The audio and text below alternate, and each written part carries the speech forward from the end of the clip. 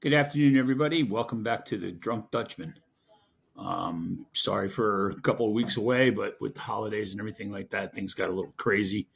But I just wanted to wish you all happy New Year. Hope you all had a great Christmas with your families. If you celebrate Christmas, if you celebrate Hanukkah, I hope you had a happy Hanukkah, Kwanzaa. Um, at this time of the year, as we go through the beginning of a new year, it always makes me think about, with the holidays, that it's kind of, a couple months ago, a month and a half ago, we had Thanksgiving where we, express our thanks for things that go on in the world and our families and our friends and the people that have stuck by us and that kind of thing. And now with Christmas, it always gives me a sense of renewal and hope. Um, Being a Christian, I'm not a Bible thumper or any of that kind of thing, but the story of Christ child being born and eventually dying for us as we're by nature sinners and going to the cross for us, and it makes you feel like hey, we're renewed, we're starting over again.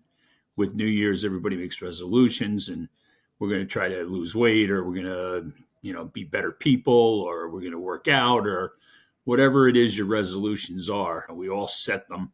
Not always do we accomplish them, but we all do set them. And it's important to have something that you can lean back on and say, hey, you know what? I can do this, or I can do that. And it gives everybody an opportunity to kind of reset, get your mind clear. You've had a couple of days from work, and now you're getting back into it, and you got to leave the frustrations at the door when you come home to your families and that kind of thing. And I know it's hard, especially if you got kids, which we do, but they're grown and they have their own problems with their kids. So, not problems, but you know what I'm saying. As a parent, we all have issues with our children and when they were young and the antics that they pulled and that kind of thing. So, it's part of the cycle. And like I said, they have their own issues with their children and busy times, and between swimming and hockey and soccer and all the other things that the kids are involved in, you're running around like a maniac. And as you get older, like myself, you can sit back and kind of reset and kind of you know cheer them on, but also kind of laugh and say, yeah, I remember those days, kind of a thing. But it does give you a sense of renewal, an opportunity to reset yourself and go after new things. And as I prepare to take a different step in my career, it's things that we all have to look forward to and have to, think about and what we're going to do. And, the wife and I have been talking a lot about what we're going to do as we get a little bit further into our 60s, and what we're going to do as far as whether we're going to move, whether we're not going to move, whether we're going to do whatever. So these are all conversations that come up. At this time of the year, it kind of makes you sit back and think, and what do you want? What do you want to do? How you want to do it? But again, like I said, it does give you an opportunity to reset. And as you know, today, which is January 9th, obviously, we laid to rest our 39th president, who was arguably one of the worst presidents we've had, but he did have many accomplishments. And as I was watching the ceremonies for his life today, it reminded me of some of the things he did get accomplished. He managed to put two sworn enemies together in Egypt and Israel and work out a peace accord for them. Deregulated a lot of things that we have now and we enjoy the comforts of, like the airline industry and that kind of thing. And that was all part of his legacy. Obviously, the downfall of his legacy was the whole Iran hostage situation, and which was a tragedy for our country, and obviously something that hangs over his presidency. But the man was a good man. He lived by his faith.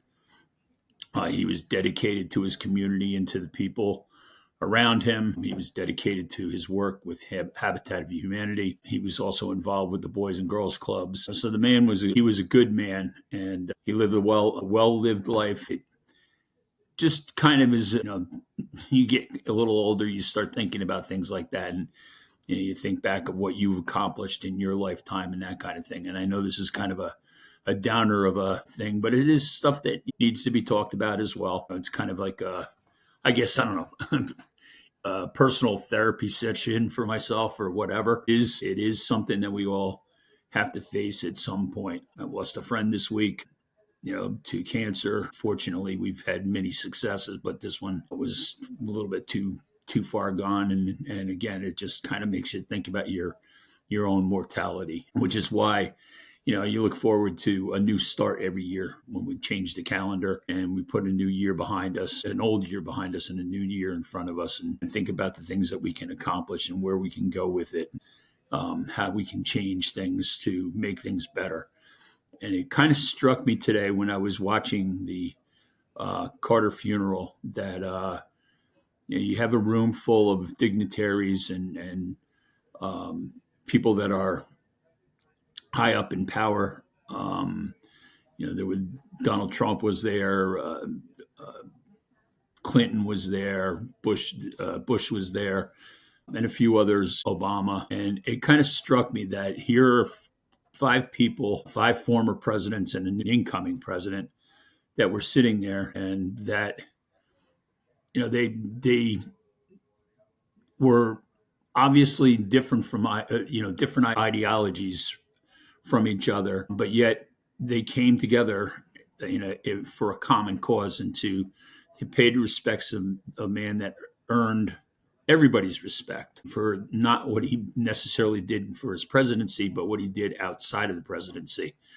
Um, you know, Obama and Trump were having a conversation, and there were occasions where they were chuckling with each other. And Trump shook hands with Pence, and with all the things that he had said about Pence, Bush was talking with Clinton. And it just struck me that if these people that have so many vast differences and far differences from each other, that they can all come together, be civilized, and get along for an hour and a half or 2 hours.